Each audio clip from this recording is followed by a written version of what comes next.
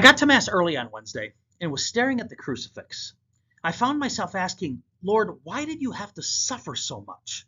I understood it was to fulfill prophecy, but why the brutal prophecy in the first place? Jesus' blood needed to be shed for our redemption, but why so much suffering? Why not a beheading like John the Baptist? It would have served the same redemptive purpose, but without the suffering. There could be many answers, but this is what I felt the Holy Spirit spoke to me for whatever it's worth. Jesus suffered so that we may align our suffering through him.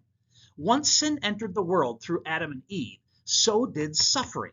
But God can turn anything into something good, and that is what he did regarding suffering. Knowing that Jesus willingly faced such anguish gives us strength to undergo our own. Jesus calls us to follow him, to obey his commandments. The hardest one for me is to deny myself and take up my cross. To do that likely will involve a level of suffering. Am I willing to follow Jesus to that suffering extent?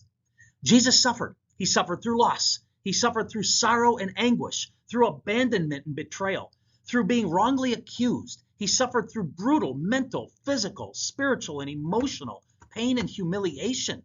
He suffered through carrying his cross and through an agonizing death.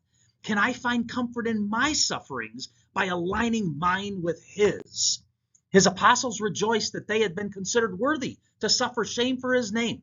And Paul states to count it all joy, my brothers and sisters, when you meet trials of various kinds, for you know that the testing of your faith produces steadfastness and endurance. Peter says, but if anyone suffers as a Christian, he is not to be ashamed, but is to glorify God in his name.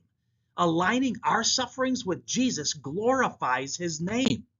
So when you are feeling sorrowful because you've lost a loved one, remember, so did Jesus. You feel abandoned or betrayed by those you love and feel alone in your trials, so did Jesus. You are mocked and persecuted for your Catholic faith and suffer through emotional, physical, mental, or spiritual pain, so did Jesus. Jesus suffered so that you may align your sufferings with his, having the strength to carry on for him. I'll end with a verse from Paul.